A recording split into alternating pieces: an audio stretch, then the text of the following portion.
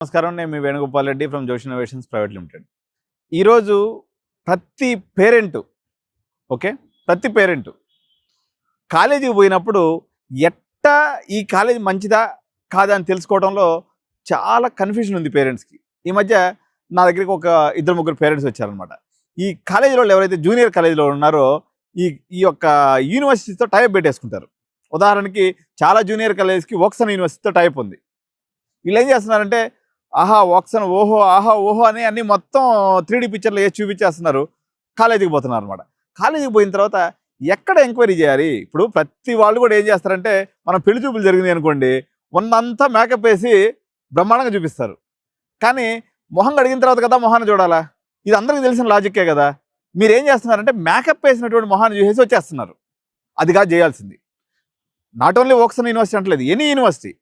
మీరు ఒక కాలేజీ యొక్క జాతకం బయటపడాలంటే అక్కడ చదివేటువంటి ఫైనల్ ఇయర్ విద్యార్థులతో మాట్లాడితే మాత్రమే తెలుస్తుంది. ఎందుకంటే వాడు కష్టపడి చదివి దాదాపు 25 లక్షల రూపాయలు ఖర్చు పెట్టి, ఇప్పుడు వోక్సన్ యూనివర్సిటీ అయితే 25 లక్షలు 30 లక్షల రూపాయలు ఫీజు అవుతుంది. అలాంటి యూనివర్సిటీలో 30 లక్షలు ఖర్చు పెట్టి 4 ఏళ్ళు చదువుతాడా? ఫైనల్ ఇయర్ వచ్చిన తర్వాత వీళ్ళందరికీ జాబ్స్ లేవు. ఎంత పర్సెంటేజ్ జాబ్స్ ఉన్నాయంటే ఒక 30%, 40% జాబ్స్ ఉన్నాయి. ఈ నిజాన్ని పిల్లలు అర్థం చేసుకోవాలి. నేను ఒకటే చెప్తున్నా, ఇవన్నీ కాలేజ్ మీరు ఏ కాలేజీకి వెళ్ళండి, సిబిఐటికి వెళ్ళండి, వాసవికి వెళ్ళండి, మల్లారెడ్డికి వెళ్ళండి, లేకపోతే పుల్లారెడ్డికి వెళ్ళండి, ఏ కాలేజీకి పోయినా ఫైనల్ ఇయర్ పిల్లలు ఎక్కడున్నారో పట్టుకోండి వాళ్ళని. ఫస్ట్ ఇయర్ పిల్లలకి జోష్ మీద ఉంటుంది. అబ్బా నాకు సిఎంఆర్లో వచ్చేసింది, అబ్బా నాకు వోక్సన్లో వచ్చేసింది, అబ్బా నాకు సిబిఐటిలో వచ్చేసింది అని మురిసిపోతుంటారు. ఈ మురిపం 4 ఏళ్ల దాకా ఉండింది అనుకో, అది నిజమైన మురిపం అని, అది నిజమైన పెర్ఫార్మెన్స్ ఆఫ్ ది కాలేజ్ అని. అర్థమైందా? 4 ఏళ్ల తర్వాత వీడికి ఉత్త చెంబు ఇచ్చి పంపించినాడు అనుకో, అప్పుడు వాడికి రగిలిపోయే మనసు ఉంటుంది అనమాట. నిజాలు మొత్తం అట్టా గక్కేస్తాడు. పోయిన పని 10 నిమిషాలు అయిపోద్ది.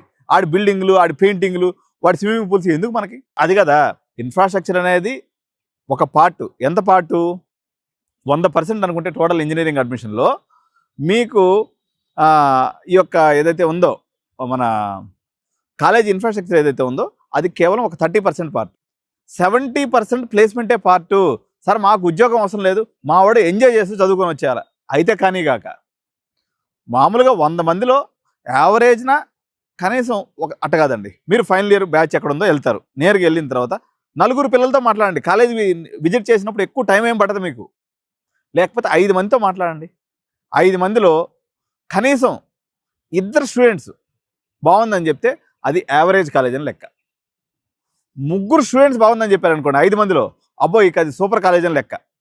4 స్టూడెంట్స్ బాగుందని చెప్పారనుకోండి అది ఎక్సలెంట్ కాలేజ్ అని లెక్క. 5 మంది బాగుందని చెప్పడం అనేది జరగదు. నువ్వు ఐఐటి ముంబై పోయి అడిగినా సరే ఒకడు మాత్రం, ఎందుకంటే వాడు హెచ్ఓడినో లేకపోతే ప్రిన్సిపల్ వాడిని ఏదో ఒకరోజు దుబ్బుంటాడు, అది పగ పెట్టుకుని ఈ కాలేజీలో మాత్రం జరగద్దని చెప్తాడు. ఆ ఒక్కదాన్ని మీరు ఇన్ఫర్మేషన్ కానీ తీసుకోవాల్సిన అవసరం లేదు. కానీ 4లో మళ్ళీ ఒకసారి చెప్తున్నా, 4 బాగుందని చెప్తే అది ఎక్సలెంట్ గ్రేడ్ కాలేజ్. దానికి వేణుగోపాల్ రెడ్డో ఎల్లయ్యో పుల్లయ్యో ఎవరు దానికి సర్టిఫికేట్ ఇవ్వాల్సిన అవసరం లేదు. అది సూపర్ కాలేజ్ అని లెక్క. 3 బాగుందని చెప్తే మంచి కాలేజ్ అని లెక్క. 2 బాగుందని చెప్తే అది యావరేజ్ కాలేజ్ అని చెప్ప. ఒకడు మాత్రమే బాగుందని చెప్పిండు అనుకోండి, మొత్తం ఇంకా లగేజ్ చదువుకొని ఇంక మళ్ళీ ఆడ గేమ్ మళ్ళీ ఎంగిల్ చేయొద్దు, మళ్ళీ మనకు వాసన అంటుకుంటుంది. నేరుగా వెనక్కి తిరిగి మళ్ళీ పరిగెత్తేసి ఇంకో కాలేజ్ చూసుకుందాం. ఈ విషయాన్ని మాత్రం ఎట్టి పరిస్థితుల్లో పేరెంట్స్ స్కిప్ చేయొద్దు. తప్పనిసరిగా ఇటువంటి విలువైనటువంటి సలహాలు, మీ సమయాన్ని ఏం చేస్తారో చెప్తాను చూడండి. మంచి ఆడిటోరియం చూపిస్తాడు ఏమే. ఇంకా తర్వాత వీళ్ళు ఒకటండి, పేరెంట్ ఎప్పుడు కూడా అనాలిసిస్ చేసుకోవాలి. నేను వోక్సన్ యూనివర్సిటీ అంటే లెగసీ చూడాలండి. వేణుగోపాల్ లెగసీ ఏంటి అంటే నేను 20 ఏళ్ళ నుంచి దీంట్లోనే పడి ఉన్నా, అదే నా లెగసీ.